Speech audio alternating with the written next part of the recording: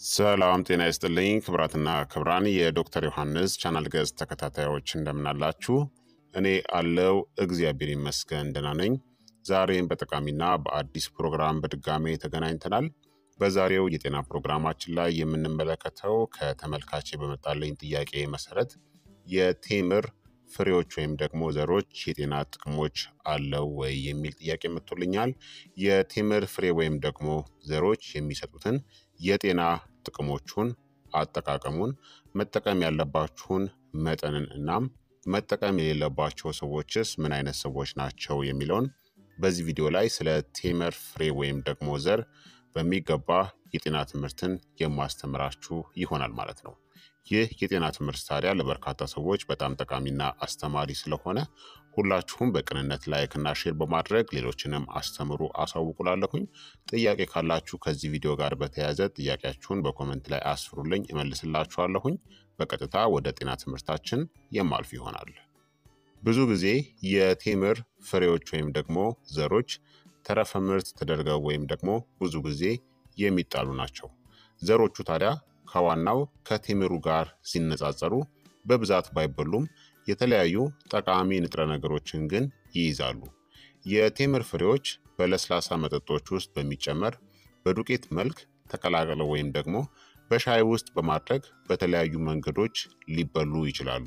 ታዲያ ብዙዎቹን የጤና ጥቅሞቻቸውን ሙሉ በሙሉ ለማረጋገጥ ግን ተጨማሪ ምርምር ያስፈልጋል። እናም ከፍተኛ የጤና ጥቅሞችን ለማግኘት የቴምር ፍሬዎችን በተመጣጠነ አመጋገብ ውስጥ መመገብ አስፈላጊ ነው። የቴምር ፍሬዎች ውስጥ ያላቸውን የንጥረ ነገር ይዘቶቹን ልንገራችሁ። የመጀመሪያው ማክሮኒውትረንት ነው። የቴምር ፍሬ በአንጻራዊነት በካርቦሃይድሬትስ የበለጸጉ ናቸው። በዋነኝነት በአመጋገብ ፋይበር። የቴምር ፍሬ አንዱ ጠቀሜታ ከፍተኛ የፋይበር ይዘታቸው ሲሆን ይህም ከጠቅላላው ስብጥራቸው ከ35% እስከ 50% ሊደርስ ይችላል። ይህ ደግሞ የምግብ መፈጨትን እናም መደበኛነትን የሚያበረታታ እጅግ በጣም ጥሩ የማይሟሟ ፋይበር ምንጭ ያደርጋቸዋል። ሌላው ደግሞ የቴምር ፍሬዎች መጠነኛ የሆነ ፕሮቲንንም ይይዛሉ። ይህም ከጠቅላላው ስብጥራቸው ከ5 እስከ 10% ይገመታል። በቴምር ፍሬዎች ውስጥ የሚገኙት ፕሮቲኖች ለተለያዩ የሰውነት ተግባራት አስተዋጽኦ የሚያደርጉ አስፈላጊ አሚኖ አሲዶችን ሊሰጡም ይችላሉ። ምንም እንኳን በአንጻራዊነት ዝቅተኛ ስብ ቢኖራቸውም የቴምር ዘሮች ጤናማ ቅባቶችን ሊያካትቱም ይችላሉ። ይህም ከጠቅላላው ክብደታቸው ከ7 እስከ 12% ይደርሳል። እነዚህ ቅባቶች በአብዛኛው አንሳቹሬትድ ናቸው። ይህም ለልብ ጤና በጣም ጠቃሚ ነው። ሁለተኛ ደግሞ የቫይታሚኖች ይዘታቸው ነው። የቴምር ፍሬዎች ከቴምሩ ጋር ሲነጻጸሩ በቫይታሚኖች የበለጸጉ አይደሉም። ነገር ግን አነስተኛ መጠን ያላቸው አንዳንድ አስፈላጊ ቪታሚኖችን ይይዛሉ። የቴምር ፍሬዎች እንደ ቫይታሚን ቢ1 ወይም ደግሞ ታያሚን፣ ቫይታሚን ቢ2 ወይም ደግሞ ሪቦፍላቪን፣ ቫይታሚን ቢ3 ወይም ኒያሲን እና ቫይታሚን ቢ6 ወይም ፕሪዶክሲን ያሉ አነስተኛ መጠን ያላቸውን ቪታሚኖችን ሊይዙ ይችላሉ። እነዚህ ቪታሚኖች ለኃይል ሜታቦሊዝም እናም ለአጠቃላይ ጤና በጣም አስፈላጊ ናቸው። በአንቲኦክሲዳንትስ ባህሪያቱ የሚታወቀው ቫይታሚን ኢ በቴምር ፍሬዎች ውስጥ ሊገኝ ይችላል። ይህም ሴሎችን ከኦክሳይድ ጭንቀት ለመጠበቅ ይረዳል። ሶስተኛ ደግሞ የማዕድናት ይዘታቸው ነው። የቴምር ፍሬዎች ጥሩ የሆኑ የተለያዩ አስፈላጊ የማዕድናት ምንጭ ናቸው። ለአጥንት ጤና አስፈላጊ የሆነው ካልሲየም ከቴምር ፍሬዎች ሊገኝ ይችላል፣ ምንም እንኳን ከወተት ተዋጽኦች ጋር ሲነጻጸር አነስተኛ መጠን ቢሆንም። እንዲሁም ፖታሲየምንም ይይዛሉ። ፖታሲየም የሰውነት ፈሳሽ ሚዛንን፣ የነርቭ ተግባርንና የጡንቻ መኮማተርን ለመጠበቅ የሚረዳ አስፈላጊ የሆነ ማዕድን ነው። በተጨማሪም ማግኒዚየምንም ይይዛሉ። በሰውነት ውስጥ ለሚከናወኑ በርካታ ባዮኬሚካላዊ ምላሾች ወሳኝ የሆነው ማግኒዚየም ለአጥንት ጤና እናም ለኃይል ምርትም አስተዋጽኦ ያደርጋል። እንዲሁም የፎስፈረስ ምንጭም ናቸው። ፎስፈረስ ደግሞ ለአጥንት ጤና እናም ለኃይል ምርት አስፈላጊ የሆነው ፎስፈረስ ከካልሲየም ጋር በቅርበት ይሰራል። በተጨማሪም መጠነኛ ብረት ወይም ደግሞ አይረንንም ይይዛሉ። አይረን ቀይ የደም ሴሎችን ለመፍጠር አስፈላጊ የሆነው አይረን ወይም ደግሞ ብረት በቴምር ዘሮች ወይም ደግሞ ፍሬዎች ውስጥ የሚገኝ ሲሆን የደም ማነስንም ለመከላከል አስተዋጽኦ ያደርጋል። አራተኛ ደግሞ የአንቲኦክሲዳንት ይዘት አላቸው። የቴምር ፍሬዎች አንቲኦክሲዳንት ባህሪያትን በሚያሳዩ የተለያዩ ውህዶች የበለጸጉ ናቸው። ፊኖሊክ ውህዶች፣ ፍላቮኖይድስ፣ ታኒን ያሉ አንቲኦክሲዳንቶችን ይይዛሉ። አምስተኛ ቴምር የተለያዩ ፋይቶኬሚካሎችን ይይዛሉ። የቴምር ፍሬዎች የተለያዩ የጤና ጥቅሞች ባሏቸው ፋይቶኬሚካሎች የበለጸጉ ናቸው። ለምሳሌ ሳፖኒንስ። እነዚህ ውህዶች ጸረ ብግነት ወይም ደግሞ አንቲ ኢንፍላማቶሪ እናም የኮሌስትሮል መጠንን የመቀነስ ውጤት ሊኖራቸውም ይችላል። ሌላ ደግሞ አልካሎይድስ የምንለው ነው። በተለያዩ ባዮሎጂካዊ እንቅስቃሴዎቻቸው የሚታወቁት እነዚህ ተጨማሪ የጤና ጥቅሞችን ሊሰጡ ይችላሉ። ስድስተኛ ደግሞ ቴምር ፍሬዎቹ ጸረ ብግነት ወይም ደግሞ አንቲ ኢንፍላማቶሪ ባህሪያት አሉት። በቴምር ፍሬዎች ውስጥ የሚገኙት ውህዶች በተለይም አንቲኦክሲዳንት እና ፋይቶኬሚካሎች አንቲ ኢንፍላማቶሪ ተጽዕኖችን ሊያሳዩ ይችላሉ።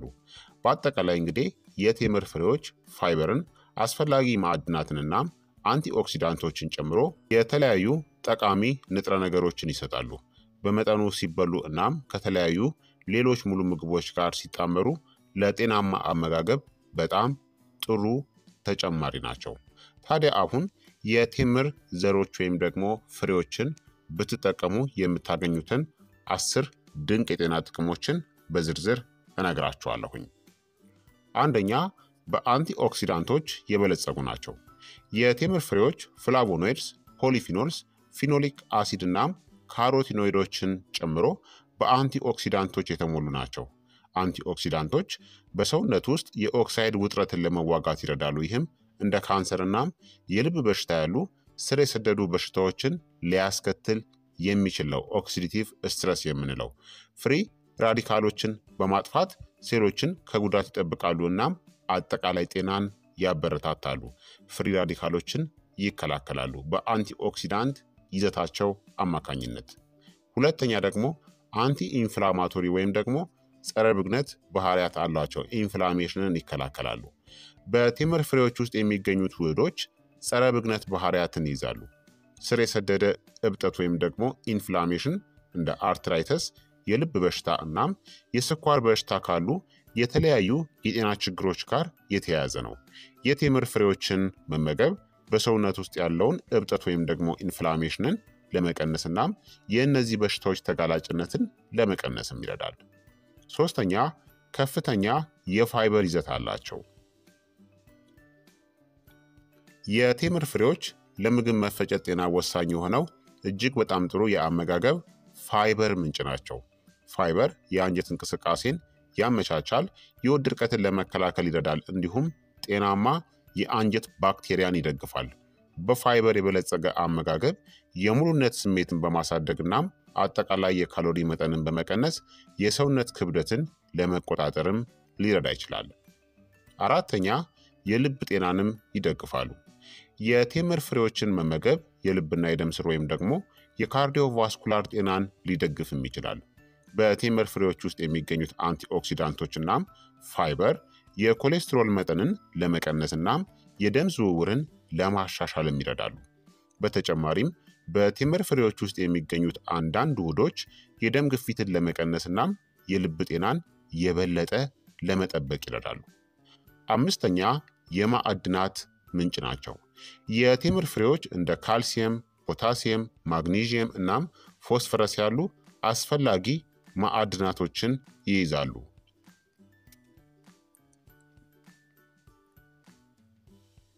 እነዚህ ማዕድናት የአጥንት ጤናን፣ የጡንቻን ተግባርን እናም አጠቃላይ የሜታቦሊክ ሂደቶችን በመጠበቅ ረገድ ወሳኝ ሚናን ይጫወታሉ። እነዚህን ማዕድናት በበቂ መጠን መውሰድ ጉድለቶችን ለመከላከል እናም አጠቃላይ የሰውነት ተግባራትን ለማሳደግም አስፈላጊ ነው። ስድስተኛ፣ የደም ስኳር መጠንንም ይቆጣጠራሉ። የቅድመ ምርምር ጥናቶችም እንደሚያመለክቱት የቴምር ፍሬዎች የደም ስኳር መጠንን ለመቆጣጠር ሊረዱም ይችላሉ። ከፍተኛ የፋይበር ይዘት የካርቦሃይድሬት መፈጨትን ሊያዘገይ ስለሚችል ግሉኮስ ቀስ በቀስ ወደ ደም ውስጥ እንዲለቀቅ ያደርጋል። ይህ በተለይ የስኳር በሽታ ላለባቸው ወይም ደግሞ ለበሽታው ተጋላጭ ለሆኑ ሰዎች ጠቃሚ ሊሆን ይችላል። ሰባተኛ ደግሞ ክብደትን ለመቀነስ ሊረዱም ይችላሉ። በከፍተኛ የፋይበር ይዘታቸው ምክንያት የቴምር ፍሬዎች ክብደትን ለመቀነስ በሚደረገው ጥረት አስተዋጽኦ ሊያደርጉ ይችላሉ። ፋይበር የረሃብ ስሜትን ይቀንሳል። ይህም ማለት ለረጅም ጊዜ የሙሉነት ስሜት ይሰማቸዋል ማለት ነው። ይህም የካሎሪ መጠንን ለመቀነስ ይረዳል። የቴምር ፍሬዎችን በአመጋገባችሁ ውስጥ ማካተት ክብደትን በጤናማ መንገድ ለመቆጣጠር ይረዳል። ስምንተኛ ደግሞ የሰውነትን በሽታ የመከላከል ስርዓትንም ያጠናክራሉ። በቴምር ፍሬዎች ውስጥ የሚገኙት አንቲኦክሲዳንቶች እና ንጥረ ነገሮች ጠንካራ የበሽታ መከላከያ ስርዓትን ለመገንባት አስተዋጽኦ ሊያደርጉም ይችላሉ። ጠንካራ የበሽታ መከላከያ ስርዓት ሰውነት ኢንፌክሽኖችንና በሽታዎችን እንዲከላከል ይረዳል። ይህም አጠቃላይ ጤናን ያሻሽላል። አስፈላጊ ቪታሚኖችና ማዕድናት መኖራቸው ለበሽታ መከላከያ ምላሽ ወሳኝ የሆኑ የተለያዩ የሴሉላር ተግባራትንም ይደግፋል። ዘጠነኛ ደግሞ ጸረ ተዋሲያን ባህሪያትም ሊኖራቸው ይችላል።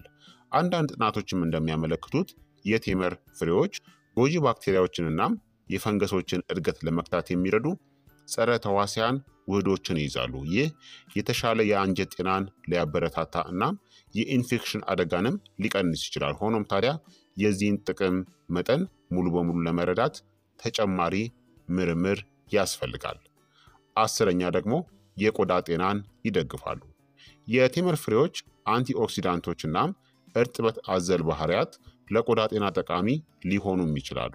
አንቲኦክሲዳንቶች ቆዳን ከአካባቢያዊ ስትረስ ከሚመጣ ጉዳት ይከላከላሉ። በቴምር ፍሬዎች ውስጥ የሚገኙት አንዳንድ ውህዶች ደግሞ የኮላጅን ምርትን በማበረታታት የቆዳን የመለጠጥ ችሎታን ያሻሽላሉ እናም የእርጅና ምልክቶችንም ይቀንሳሉ። በአጠቃላይ ቴምር በጣፋጭነቱ እናም በጤና ጥቅሞቹ በብዛት ቢታወቅም የቴምር ፍሬዎችም በአመጋገባችሁ ላይ ጠቃሚ ንጥረ ነገሮች ሊሆኑ ይችላሉ ማለት ነው። ታዲያ የቴምር ፍሬዎች የጤና ጥቅሞቻቸውን ከፍ ለማድረግ በሚችሉ የተለያዩ መንገዶች ሊበሉ ይችላሉ። የቴምር ፍሬዎችን እንዴት በአመጋገባችሁ ውስጥ ማካተት እንዳለባችሁ አሁን እነግራችኋለሁኝ። አንደኛ የተፈጨ የቴምር ፍሬን መጠቀም ነው። ፍሬዎቹን በደንብ በማጠብ አድርቁት። ከዚያም በመጠኑ ብዙ እሳት ሳይገባው መቁላት። ከዛም በመፍጫ ፍጩት። የተፈጨውን የቴምር ፍሬ ዱቄቱን በለስላሳ መጠጦች፣ በእርጎ ውስጥ፣ በኦትሜል ወይም ደግሞ በአጃ ወይም በሚጋገሩ ምግቦች ውስጥ ጨምራችሁ መጠቀም ትችላላችሁ። ሁለተኛ ደግሞ የቴምር ፍሬ ሻይ ወይም ቡናን ማዘጋጀትም ትችላላችሁ። ባዘጋጃችሁት የቴምር ፍሬ ዱቄት ሻይ ማፍላትና ሻይን አጥልላችሁ መጠጣት ትችላላችሁ። እንደ አስፈላጊነቱ ታዲያ ማር፣ ሎሚ እናም ሌሎች ማጣፈጫን መጠቀም ትችላላችሁ። ሶስተኛ እንደ ቡና ምትክ መጠቀም ትችላላችሁ። የፈጫችሁትን የቴምር ፍሬ ልክ እንደ ቡና በተመሳሳይ መንገድ በማፍላት ካፌን የሌለው እናም የጤና ጥቅሞችን የሚሰጥ አማራጭ መጠጥን አዘጋጅታችሁ መጠቀም ትችላላችሁ። አራተኛ በሾርባ እናም በወጥ ውስጥም መጠቀም ትችላላችሁ። የቴምር ፍሬዎቹን በጥሩ ሁኔታ ፍጩትናም በሾርባ ወይም ደግሞ በወጥ ውስጥ አዋህዳችሁ የቴምር ፍሬ ዱቄትን መጠቀም ትችላላችሁ ማለት ነው። የቴምር ፍሬን ስትጠቀሙ ታዲያ ልክን ወይም ደግሞ መጠንን ማወቅ ቁልፍ ነው። ሰውነታችሁ እንዴት ምላሽ እንደሚሰጥ ለማየት በትንሽ መጠን የቴምር ፍሬ ዱቄትን ጀምሩ እናም እንደ ፍላጎታችሁ ደግሞ ቀስ በቀስ መጠኑን መጨመር ትችላላችሁ። ከሌሎች ንጥረ ነገሮች ጋር ማጣመርም ትችላላችሁ። የቴምር ፍሬዎችን ከጤናማ ቅባቶች ወይም ደግሞ በቫይታሚን ሲ ከበለጸጉ ምግቦች ጋር በማጣመር ንጥረ ነገሮችን የመምጠጥ አቅምን ማሳደግ አጠቃላይ ጥቅሞቹን ሊያሳድግላችሁ ይችላል ማለት ነው። ታዲያ የቴምር ፍሬዎች ብዙ ጊዜ ችላ ይባላሉ፣ ነገር ግን ለአመጋገብ ገንቢ ተጨማሪ ናቸው። ሆኖም እንደ ሌሎች ፍሬዎች ወይም ዘሮች በተመሳሳይ መንገድ በብዛት ስለማይበሉ ለቴምር ፍሬዎች የተለየ ዕለታዊ የሚመከር ገደብ ወይም ደግሞ መጠን የለም። የቴምር ፍሬዎችን ለመመገብ ከመረጣችሁ ልክን ማወቅ ቁልፍ ነው።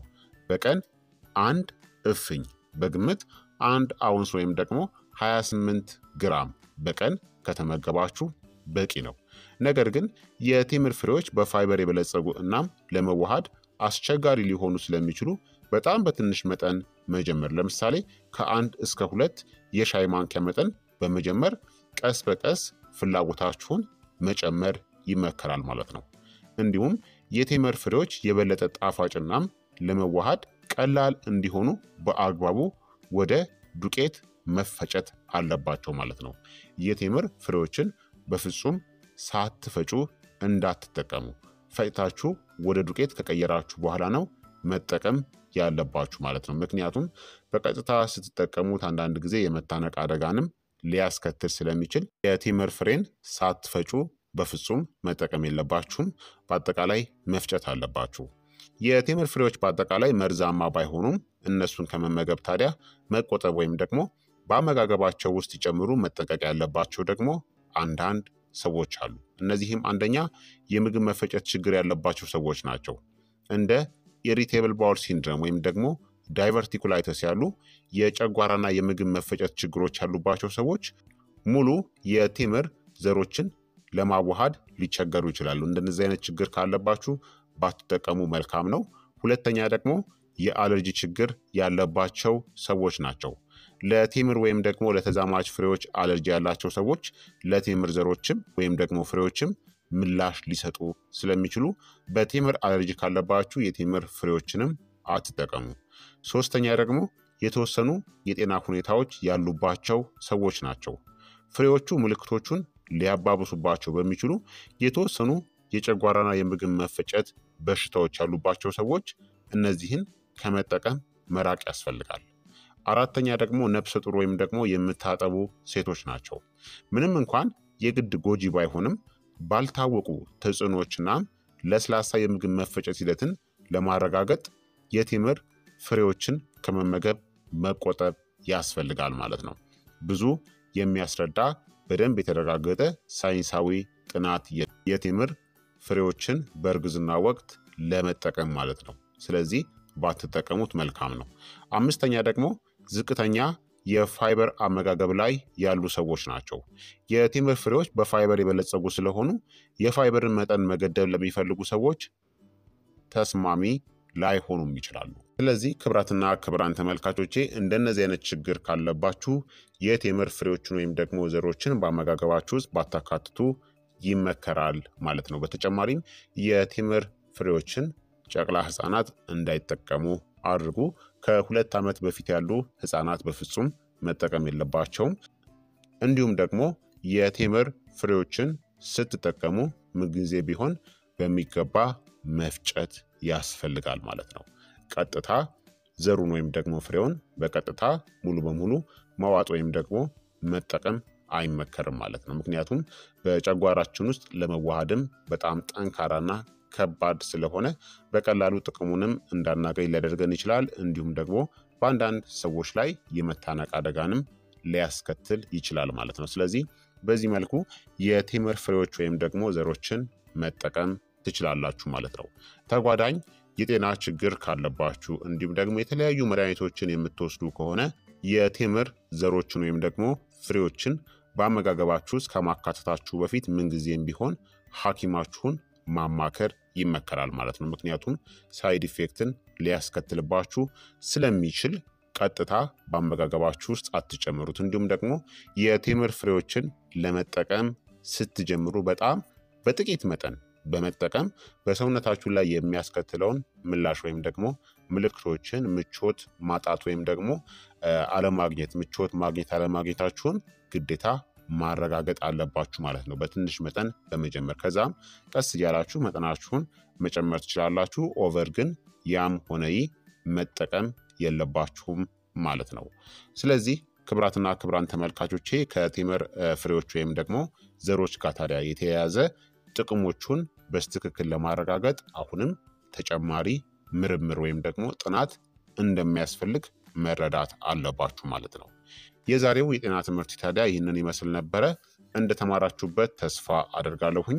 ሀሳብ አስተያየታችሁ አይለኝ ይላለሁኝ። ይህ የጤና ትምህርት ለበርካታ ሰዎች በጣም ጠቃሚና አስተማሪ ስለሆነ ሁላችሁም በቅንነት ላይክ እና ሼር በማድረግ ሌሎችንም አስተምሩ አሳውቁላለሁኝ። ከዚህ ቪዲዮ ጋር በተያያዘ ጥያቄ ካላችሁ፣ ሀሳብ አስተያየት ካላችሁም በኮመንት ላይ አስፍሩልኝ፣ እመልስላችኋለሁኝ።